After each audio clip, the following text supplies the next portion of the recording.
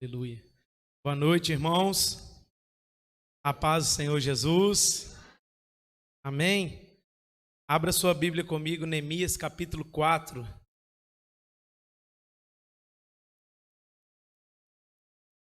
Tem um aviso aí para os pais que amanhã retornam às aulas presenciais no município. Amém? Amém, irmãos? Vocês que assinaram aí para os seus filhos voltarem, amanhã pode enviá-los à escola, e se tiver alguém que decidiu não enviar mais, tem que voltar na escola e assinar novamente, tá bom? Então contamos aí com a compreensão de todos os pais, de todas as mamães aí enviando seus filhos. Amém? Tá todo mundo vacinado para a glória de Deus, e eu acho que você vai glorificar a Deus porque seu filho está indo para a escola, né? Em nome de Jesus. Amém? Neemias capítulo 4, versículo 1 da palavra do Senhor. Diz assim: Tendo Sambalate ouvido que edificávamos o muro, ardeu em ira e se indignou muito, e escarneceu dos judeus. Então falou na presença de seus irmãos e do exército de Samaria e disse: Que fazem esses fracos judeus? Permite-se-lhes isso? Sacrificarão? Darão cabo da obra num só dia?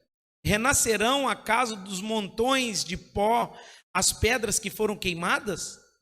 Estava com ele Tobias, o amonita, e disse: Ainda que edifiquem, vindo uma raposa, derribará o seu muro de pedra. Verso 4: Ouve, ó nosso Deus, pois estamos sendo desprezados. Caia o seu opróbrio sobre a cabeça deles, e faze que sejam despojo numa terra de cativeiro. Não lhe encubras a iniquidade, e não se risque de diante de ti o seu pecado, pois te provocaram a ira na presença dos que edificavam. Verso 6: Assim edificamos o muro, e todo o muro se fechou até a metade da sua altura, porque o povo tinha ânimo para trabalhar. Mas ouvindo Sambalate e Tobias, os arábios, os amonitas e os asdoditas, que a reparação dos muros de Jerusalém iam avante e que já começavam a fechar as brechas, ficaram sobremodo irados. Ajuntaram-se todos de comum acordo para virem atacar Jerusalém e suscitar confusão ali. Porém, nós oramos ao nosso Deus, e como proteção pusemos guardas contra eles de dia e de noite. Então disse Judá: Já desfaleceram as forças dos carregadores, e os escombros são muitos, de maneira que não podemos edificar o muro. Disseram, porém, os nossos inimigos: Nada saberão disso, porém nem verão, até que entremos no meio deles e os matemos. Assim faremos cessar a obra. Quando os judeus que habitavam na vizinhança deles 10 vezes nos disseram: De todos os lugares onde moram subirão contra nós. Então pus o povo por famílias nos lugares baixos e abertos, por detrás do muro, e com suas espadas, e com suas lanças, e com seus arcos. Inspecionei, verso 14, dispus-me e disse aos nobres, aos magistrados e ao resto do povo: Não temais, lembrai-vos do Senhor, grande e temível, e pelejai pelos vossos irmãos, vossos filhos, vossas filhas, vossa mulher e a vossa casa. Deus, obrigado pela tua palavra. Obrigado porque nós estamos reunidos, ó Deus, para glorificar o teu santo nome. Pedimos ao Senhor que fale conosco, nos edifique, nos console, nos avive pelo poder da tua santa e gloriosa palavra. A tua palavra por si só tem o poder de restaurar, de transformar, de libertar o homem. E eu te peço, ó Deus, que com sabedoria eu possa transmitir a mensagem do Senhor nessa noite, e que os corações estejam atentos, as mentes estejam alertas para receber a tua mensagem. Muito obrigado, Senhor. É isso que nós oramos, te agradecemos em nome de Jesus. Amém. Peço que pegue água para mim, por favor. Irmãos, eu quero falar nessa noite sobre como lidar com os opositores. Todo lugar, em todo lugar, na família, na vida, no trabalho, no comércio, você tem opositor. Jesus disse assim: os inimigos do homem estão dentro, talvez, até da sua própria casa. Eu não vim trazer paz à terra, Jesus dizendo, eu vim trazer guerra. Todo cristianismo e toda a nossa vida, nós precisamos aprender a lidar com a oposição. Diante desse texto que lemos, obrigado. Nós estamos lendo a mensagem em Neemias capítulo 4, que conta um pedacinho da história da reconstrução dos muros em Jerusalém. Qual que é o tema central do livro de Neemias? É os judeus voltando do cativeiro da Babilônia, após 70 anos debaixo de opressão, jugo nas mãos dos babilônicos. Eles regressam à sua cidade, Jerusalém. E quando eles chegam na sua cidade, a cidade estava toda destruída. Os muros que cercavam a cidade estavam derribados. As portas que eram de entradas na cidade, elas também estavam queimadas. E Neemias era copeiro do rei. Ele servia vinho diante do rei. Ele um dia estava servindo vinho diante do rei, e o rei olhou para ele e falou assim: por que seu semblante está caído? Por que você está triste desse jeito? E ele responde ao rei: como eu não estaria triste, sendo que na cidade dos meus pais, lá onde moram os meus pais, os muros estão derribados, as portas estão queimadas, todo mundo que está lá está em grande desprezo, todos que estão lá estão em grande vergonha. E o rei disse a ele: declara o que eu posso fazer por ti. E ele diz: ó rei, me dê cartas para que eu vá até a minha cidade e comece a trabalhar na reconstrução dos muros de Jerusalém. Diz a palavra do Senhor que Deus foi com Neemias, e Deus abençoou através do rei, e assim ele pega cartas, ele recebe autoridade, e assim ele vai para a sua casa, ele vai para a sua terra natal. E quando ele chega, ele vê o estado daquela cidade, ele vê como estava realmente a cidade dos seus pais. Os muros derrubados, as portas queimadas, a cidade estava um caos, porque quando os judeus foram levados cativos, os inimigos vieram e roubaram tudo o que tinha naquela cidade, ou seja, aquela cidade estava deserta, aquela cidade, com certeza, o caos estava instaurado naquela cidade. Mas Neemias se dispõe a reconstruir aquela cidade. Neemias se dispõe a reconstruir os muros de Jerusalém. Só que eu acho interessante que Neemias ele junta o povo, ele reúne, ele organiza tudo, e ele chama o povo para a reconstrução dos muros. E quando eles começam a edificar os muros, aí os opositores vêm. Engraçado, né? Que os inimigos só se levantam quando a gente começa a reconstruir algo. Porque enquanto não tem nada reconstruído, quando ninguém está fazendo nada, quando está tudo destruído, quando está tudo um caos, ninguém se levanta. Mas quando a gente se levanta para fazer algo, o inimigo também se levanta. Mas Neemias se levantou na força de Deus, aleluia.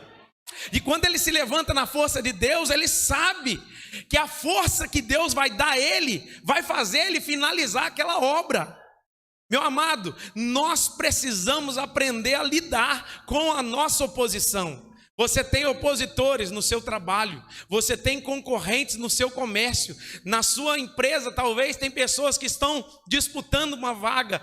Sempre existe algo que nos opõe, e principalmente o mundo espiritual. E nessa noite eu quero trabalhar com você algumas dicas para que você saiba lidar com a oposição, para que você saiba lidar com as situações que se levantam para derrubar você, para destruir você, para tirar o seu foco daquilo que Deus tem na sua vida. Então eu peço que deixe a sua Bíblia aberta e acompanhe comigo no verso 1. Diz assim o texto: tendo Sambalate ouvido que edificávamos o muro, ardeu em ira e se indignou muito e escarneceu dos judeus. Então falou na presença de seus irmãos e do exército de Samaria e disse: que fazem esses fracos judeus? Permitir-se-lhes isso? Sacrificarão? Darão cabo da obra em um só dia? Renascerão acaso dos montões de pó as pedras que foram queimadas? Olha o verso 3. Estavam com eles Tobias, o amonita, e disse: ainda que edifique, vindo uma raposa, derribará o seu muro de pedra. O verso 1 ao verso 3 apresenta o levante do inimigo. Repare que o inimigo ele só vai se levantar quando eles começam a edificar. O inimigo estava calado até então. O inimigo não tinha falado nada. Mas quando o inimigo vê a prosperidade chegando, quando o inimigo vê as bênçãos se manifestando, quando o inimigo vê as coisas acontecendo, aí o inimigo se levanta. Mas eu tenho uma palavra de Deus para a sua vida. Eu posso ser profeta na sua vida? Levanta a mão que eu vou profetizar. Com a mesma força que o inimigo se levanta, ele vai cair, porque maior é Deus que está na sua vida. Aleluia! Mas eu e você precisamos aprender algo, o quê? A lidar com as críticas. Para você ser um campeão, para você ser um vencedor, para você viver o que Deus tem para você, você precisa aprender a lidar com as críticas. Do verso 1 ao verso 3, os inimigos estão se levantando para zombar. Eles não estão colocando a mão em ninguém, eles não estão partindo para agressão, eles não estão fazendo nada além de liberar palavras contra a vida deles. Irmãos, se você quer ser um vencedor, se você quer viver o sobrenatural de Deus, você precisa aprender a lidar com as críticas. Se você não sabe lidar com as críticas, você já caiu aí.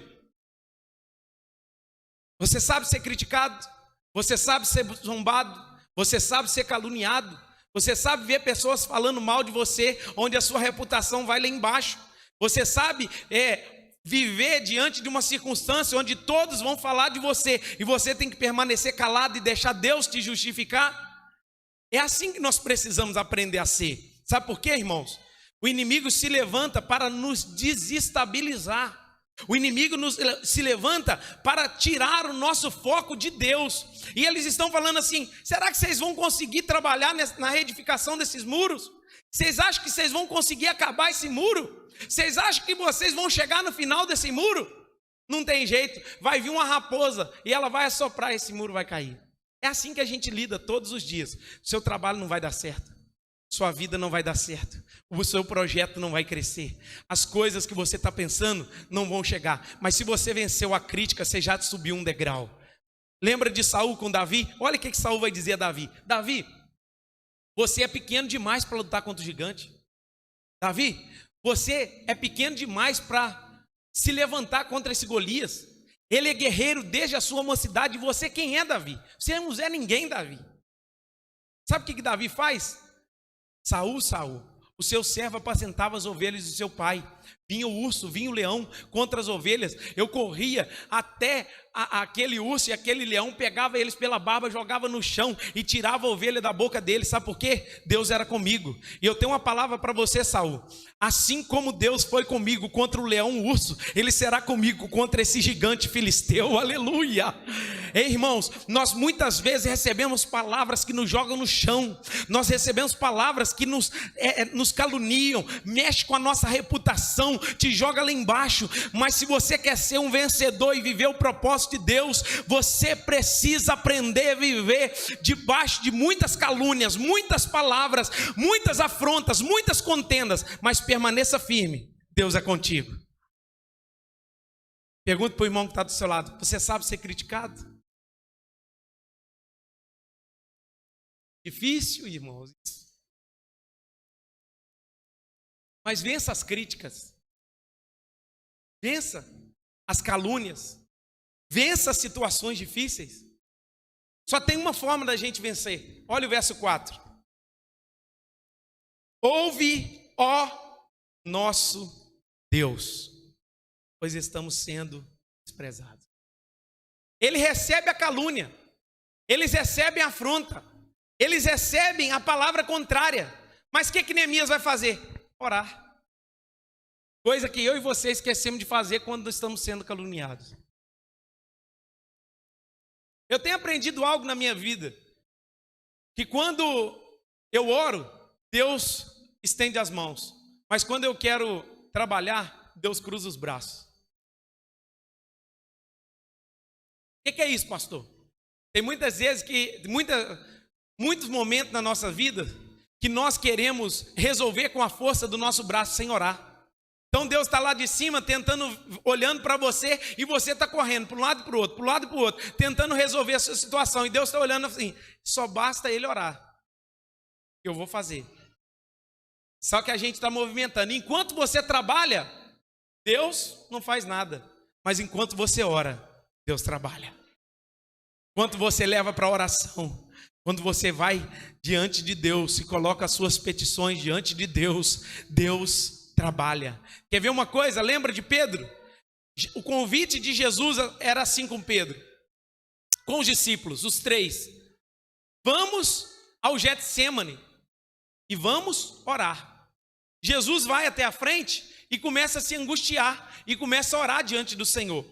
Ali ele está orando, está buscando a face do Pai. Ele volta aos discípulos. O que Pedro está fazendo?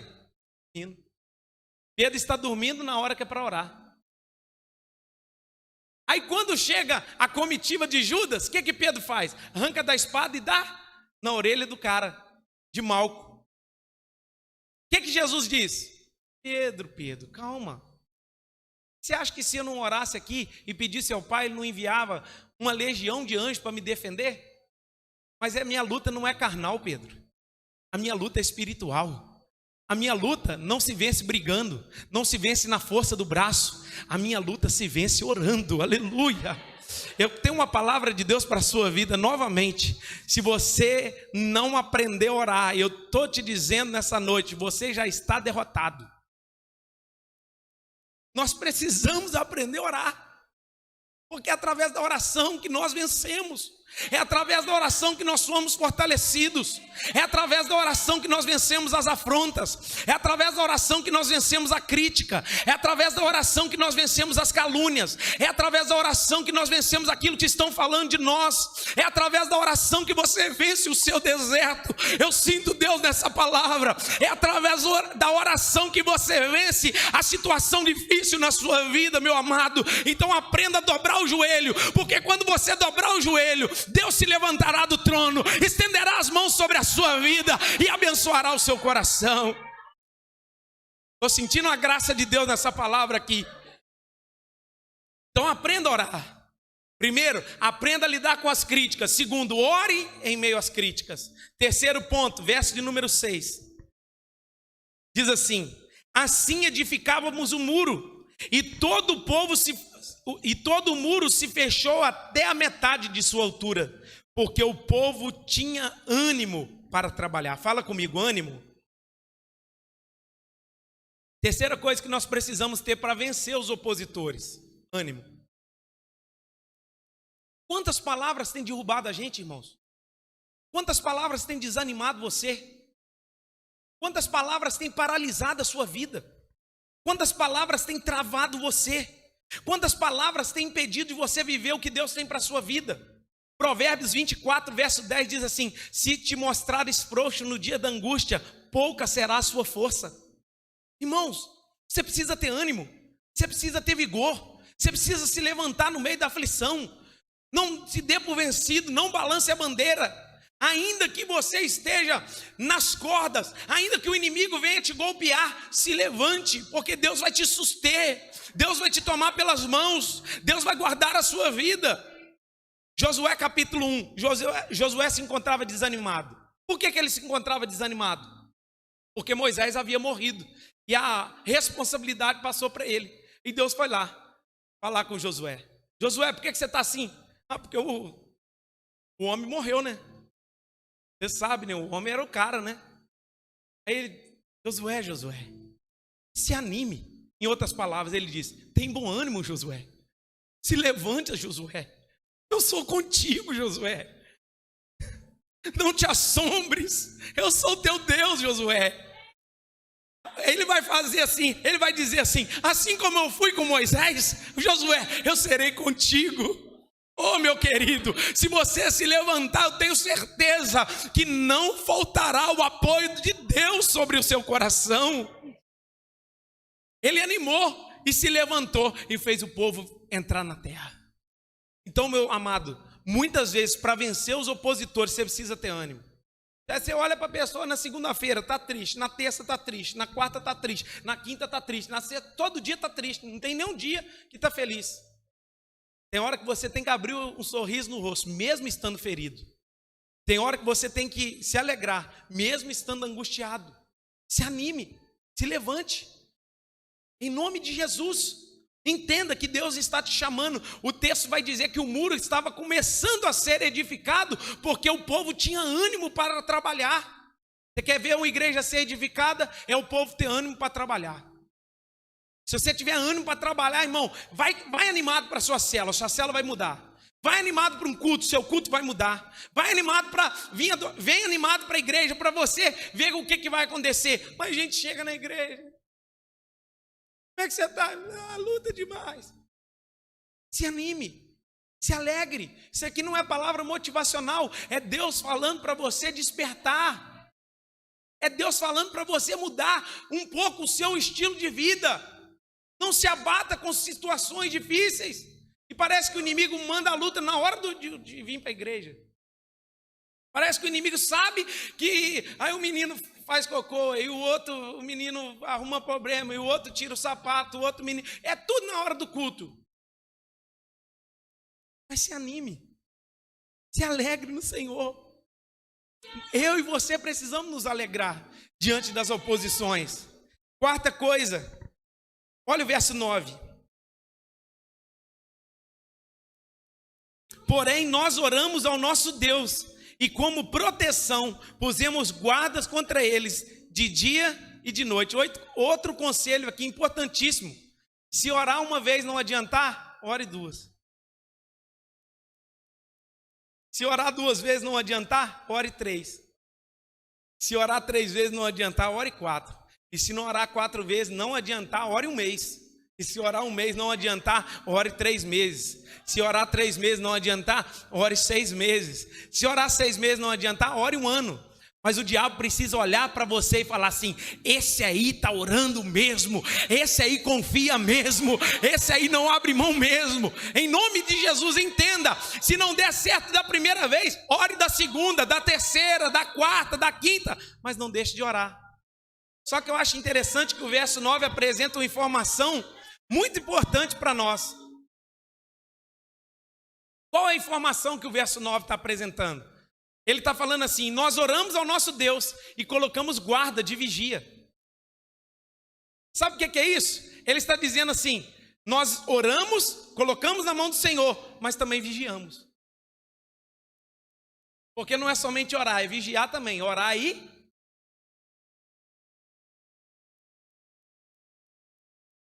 Pastor, eu já orei, já perdoei o fulano. Mas você não é obrigado a levar para dentro da sua casa de novo. Libere o seu coração. Mas vigie com a amizade que você tem. Vigie com as pessoas que estão rodando a sua vida. Vigie com situações que acontecem lá no seu trabalho. Vigie com pessoas que estão ao seu redor. Não basta somente orar. Nós precisamos vigiar também, irmãos. E tem muito cristão que ora demais e vigia pouco. Nós precisamos ter a mesma sensibilidade na oração quanto na vigilância. Saiba separar. Eles estão recebendo a oposição, os inimigos estão vindo contra eles, mas eles estão orando e estão colocando vigias. Fica aí no muro, que se eles vierem, pode tampar a espada, pode fazer o que quiser. É guerra mesmo. Tem momento, irmãos, não é somente oração. Nós precisamos batalhar, nós precisamos vigiar, nós precisamos estar atentos ao mundo espiritual. Outro ponto, verso 14.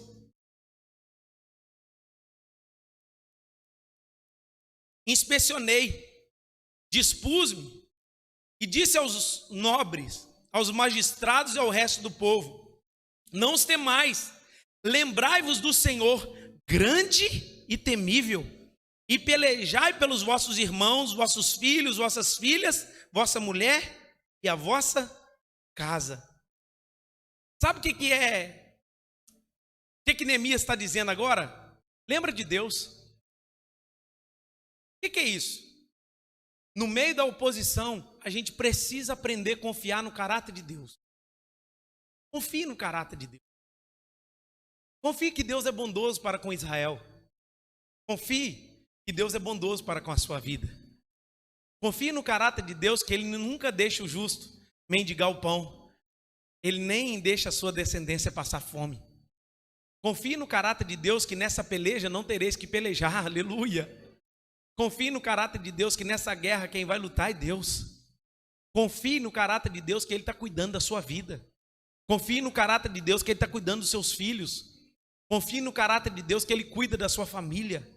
Confie no caráter de Deus, que a mão dele está estendida sobre os seus negócios. Confie no caráter de Deus, que as mãos dele estão estendidas sobre a sua casa. Aleluia. Confie no caráter de Deus, irmãos, porque grandes bênçãos o Senhor tem reservado para mim e para você. Basta você confiar no caráter dele. Se você descansar e falar assim: Deus, está nas suas mãos, pode ficar tranquilo, Deus vai cuidar de tudo. A gente precisa aprender a descansar e confiar no caráter desse Deus maravilhoso, nesse Deus soberano, desse Deus fiel, que Ele cuida, que Ele nos guarda, que Ele nos protege, Ele é conosco. Aí a oposição não para, ela muda até de capítulo, porque ela vem nesse capítulo, ela vem no adiante, ela não para. Agora olha comigo Neemias capítulo 6, vocês vão ver a oposição mais uma vez se levantando aqui. E o que a oposição quer fazer? O que os opositores querem fazer? Verso 1. Neemias 6, 1. Amém? Amém ou não amém? Diz assim: tendo ouvido Sambalate, Tobias, Gesem, o arábio e o resto dos nossos inimigos, que eu tinha edificado o muro e que nele já não havia brecha nenhuma, ainda que este tempo não tinha posto as portas nos portais, Sambalate e Gesem mandaram dizer-me: vem, encontremo-nos nas aldeias, no vale de Ono, porém intentavam-me fazer o mal. Olha só, o que está acontecendo aqui? Neemias está trabalhando, ele não para de trabalhar. Qual que era o foco dele? Restaurar os muros, reconstruir os muros, colocar as portas, restaurar aquilo que estava quebrado, aquilo que estava caído. E ele está trabalhando. Só que agora os inimigos aqui, Sambalate, Tobias, Gesem, eles vão se levantar e vão falar assim: Neemias, para um pouquinho o seu trabalho, vamos encontrar no vale de Ono. Eles estão falando assim: saia do lugar que você está e venha encontrar com a gente. Só que o projeto deles era intentar fazer o mal contra Neemias. Sabe, irmãos, o inimigo muitas vezes quer nos distrair. Olha a resposta de Neemias, verso 3. Enviei-lhes mensageiro a dizer: estou fazendo uma grande obra, de modo que não poderei descer. Porque cessaria a obra enquanto eu deixasse e fosse ter convosco? Sabe o que Neemias está falando para eles assim? Eu estou fazendo uma grande obra e não posso parar. Qual que é o segredo aqui? O inimigo quer que você distraia. O inimigo quer que você perca o foco. O inimigo quer que você tire os olhos do propósito. O inimigo quer que você saia daquilo que Deus propôs para você fazer. E sabe, irmãos, o que mais tem feito o povo de Deus se perder hoje é distração. Tem muitas pessoas distraídas com as lutas, distraídas com as afrontas, distraídas com redes sociais, distraídas no dia a dia. Sabe o que está acontecendo? Enquanto a gente está distraído, o inimigo está trabalhando. Quando a gente perde o foco, o inimigo trabalha, o inimigo avança. O projeto deles aqui não era matar Neemias, não. o projeto deles era só que Neemias parasse de fazer o que ele estava fazendo. O inimigo quer te parar de qualquer coisa, de qualquer custo. O inimigo quer me parar a qualquer custo. Talvez ele não quer nem te matar, mas se ele conseguir te parar, ele já te matou. Eu estou aqui nessa noite para te dizer, diante das oposições, não distraia. Eu cheguei num certo lugar com o pastor Éfito, fazer uma visita no estabelecimento, e o rapaz estava bravo com a oposição, né, com o comércio. Não, porque os comerciantes estão fazendo isso, o comerciante está fazendo aquilo, e tal, eles estão tentando isso, estão tentando aquilo. Essa semana eu vou botar tudo na rede social. Aí eu falei assim, eu usei exatamente essa expressão, amado, faz o seu, esquece os inimigos. Porque o inimigo quer que você para. O inimigo quer que você tire o foco. A concorrência quer que você tire o foco do seu trabalho. Enquanto você está focado no seu trabalho, enquanto você colocou o coração, enquanto você está fazendo o seu melhor, o inimigo quer que você só para de fazer o melhor. O inimigo quer que você só para um pouquinho aquela obra ali e vá para o outro lado. Mas Neemias vai dizer, eu não vou parar. Como é que eu vou cessar essa obra? Eu estou fazendo uma grande obra e eu não vou sair daqui. Eu estou aqui para te dizer, persevere, continue, não pare, em nome de Jesus. Eu estou fazendo uma grande obra e isso não aconteceu só uma vez, não. 4 vezes aconteceu isso. 4 vezes eles mandam um recado para Neemias. Ô Neemias, desce, vão encontrar. Não, eu estou fazendo uma grande obra, não posso parar. Neemias, vão encontrar. Estou fazendo uma grande obra, não posso parar. Sempre eles trazem alguma novidade. E Neemias com a mesma resposta. Eu não vou parar. Estou fazendo uma grande obra. Fale para o irmão que está do seu lado, não pare. Foque na obra de Deus na sua vida. Olha o verso de número 9.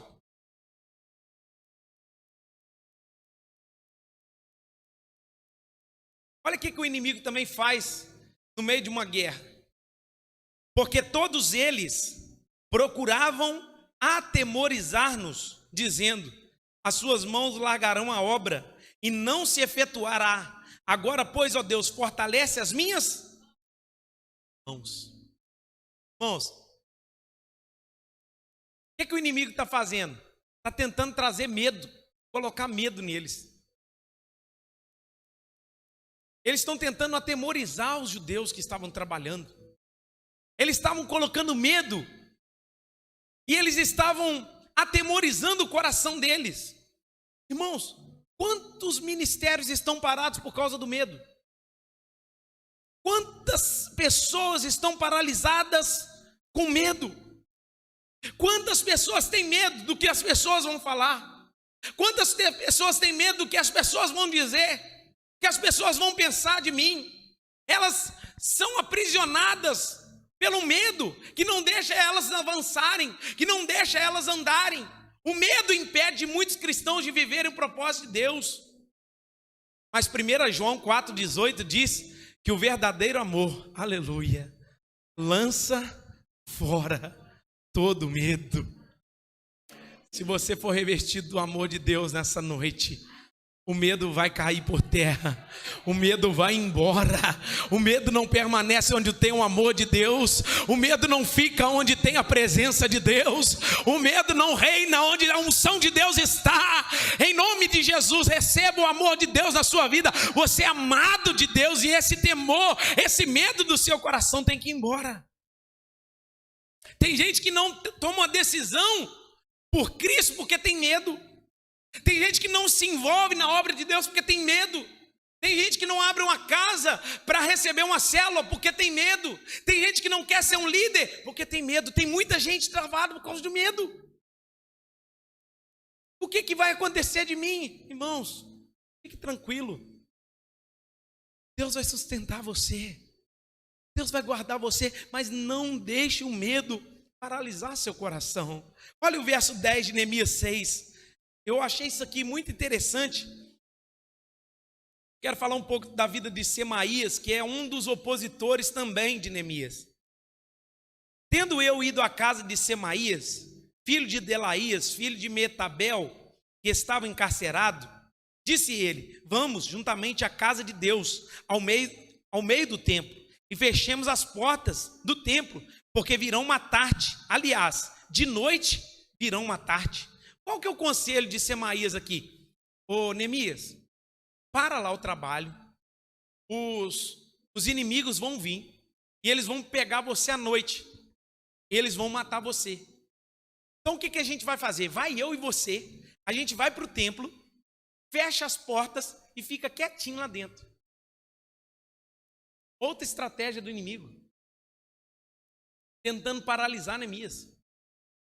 Se esconda, Neemias. Fique guardado para ninguém te ver, porque eles vão. Mas olha só o texto, verso 11. Porém disse eu: homem como eu fugiria? E quem há como eu que entre no templo para que viva? De maneira nenhuma entrarei. Qual que é o conselho aqui? Não vou fugir não. Se quiser me mata fora do templo ou dentro do templo, mas eu vou permanecer. Ô Jonas, por que você está fugindo? Eu vou entrar no navio e vou para Tarsis. A ordem é para ir para Nínive, mas eu vou para Tarsis porque eu estou fugindo da vontade de Deus. Veio a tempestade. O que está acontecendo? A tempestade é por causa de um homem chamado Jonas. Quem que foi lá? Deus. Nós cantamos hoje: a tempestade é você. Deus faz a tempestade no mar para encontrar Jonas. Eles lançam ele no mar. Ele vai parar onde? Na barriga do peixe. Mas dentro da barriga do peixe, ele clama. Por que você está fugindo, Jonas? Eu tenho um propósito muito grande com você, então não fuja. Lembra de Paulo? A caminho de Damasco? Uma luz brilhou. Saulo, Saulo, por que tu me persegues? Quem és tu, Senhor? Sou Deus. Está me perseguindo. Não fuja, porque eu vou te encontrar. Ei, Neemias está falando assim: eu não vou correr do propósito. Diante das aflições, não fuja. Eu estou aqui para te dizer nessa noite: não corra. Se tiver que morrer, ou vai ser lá fora ou vai ser dentro. Se Deus é na sua vida, Ele vai te sustentar. Não importa o lugar. Neemias está dizendo assim: eu não vou fugir. Se Deus me convocou para essa obra, eu vou permanecer até o fim. Eu não vou me acovardar, eu não vou retroceder, eu não vou fugir, eu não vou ficar parado, eu vou avançar, porque Deus é comigo. Aleluia. Dá um cutucão nesse irmão aí do seu lado, fala com ele assim: não fuja, irmão. Não, tem que falar com voz de profeta. Fala com ele: não fuja, irmão. Não fuja do chamado. Fala com ele: não fuja do propósito. Tem quantos cristãos estão fugindo? Mas eu quero profetizar que Jeová vai te encontrar na curva.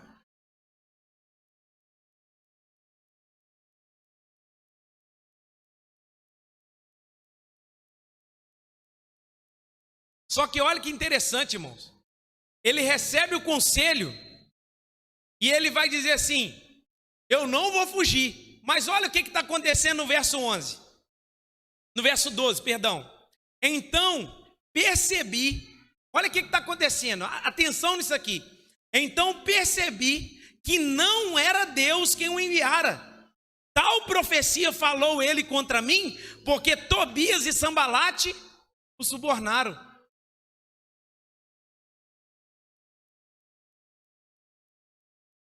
Você pegou a palavra só na leitura aqui ou preciso explicar? O que Semaías fez? Ele deu um conselho: vamos esconder, porque eles vão vir te matar. Só que ele teve discernimento e entendeu que aquilo que Semaías estava dizendo não era de Deus. E Sambalate e Tobias deram dinheiro a ele para ele profetizar, para tentar paralisar Neemias. Olha que coisa maldita, irmãos. Eles deram dinheiro a ele para falar assim: dá um conselho a ele e ele vai parar a obra. Mas o conselho, Neemias teve discernimento que não era de Deus. Cuidado, que tem profecia até de irmão que vai te parar. Tem muitas profecias que vão parar você, vão colocar medo. E essas profecias, muitas delas não são de Deus. Eles ganharam dinheiro aqui para profetizar. Cuidado, irmãos. Profeta que só quer o manto. Cuidado. Tem muitas pessoas profetizando fora da Escritura, fora da palavra de Deus, dando conselhos que não são de Deus. E sabe o que você precisa ter no meio da situação difícil que você está vivendo? Discernimento. Irmãos, uma coisa que nós precisamos ter é discernimento. Nós precisamos discernir o que é de Deus e o que não é de Deus no meio da prova. Nós precisamos ter discernimento do que vem do Senhor para nossas vidas e do que não vem do Senhor. E Neemias, no meio desse turbilhão de coisa aqui, ele está tendo discernimento. Ele está entendendo que aquilo não vinha de Deus para a vida dele. E o último conselho que eu dou: Deus vai repreendendo todo o mal. Verso de número 15, e aqui eu encerro.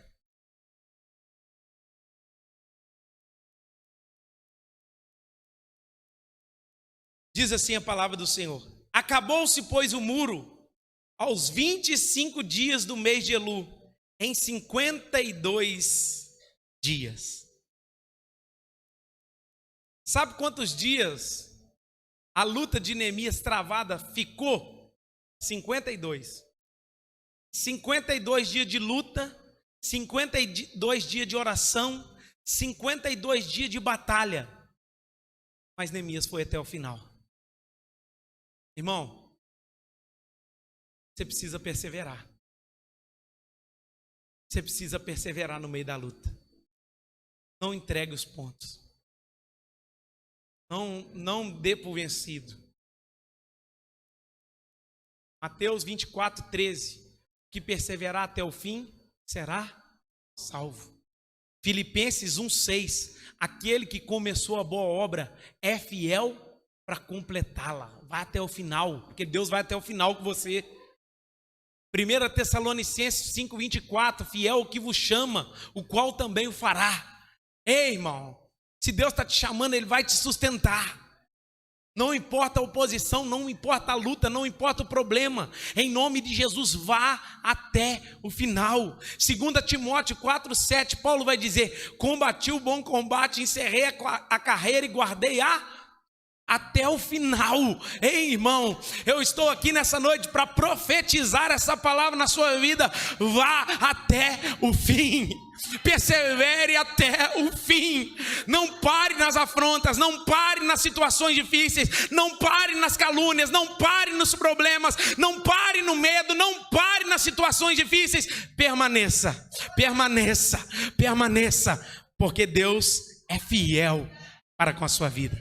Você pode ficar de pé no seu lugar?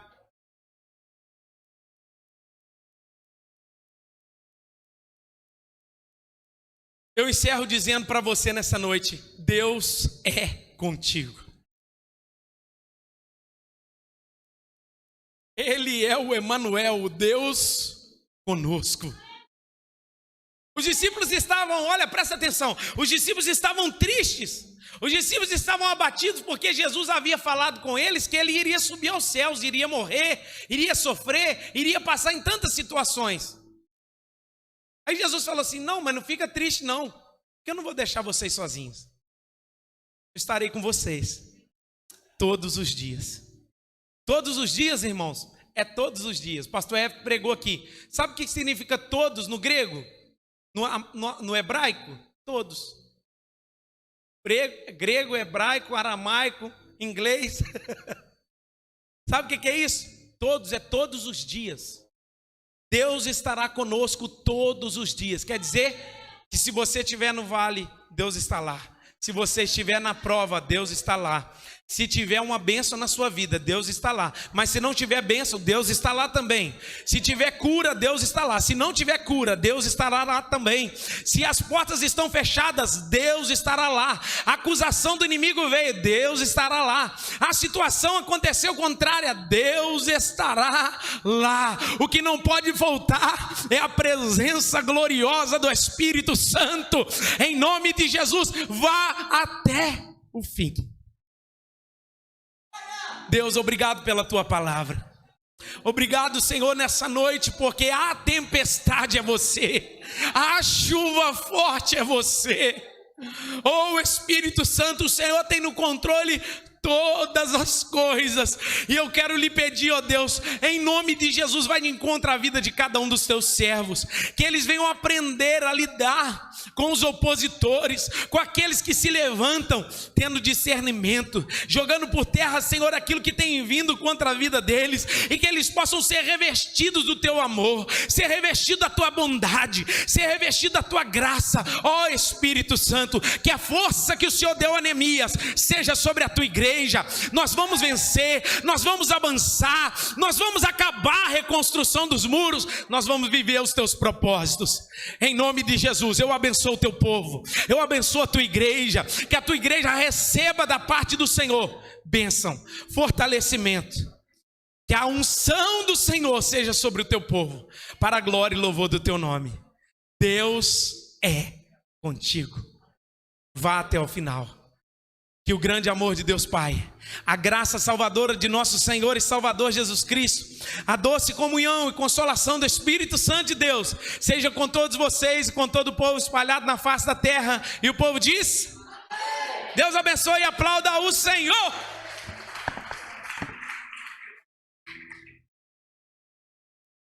A tempestade é você, chuva forte é você.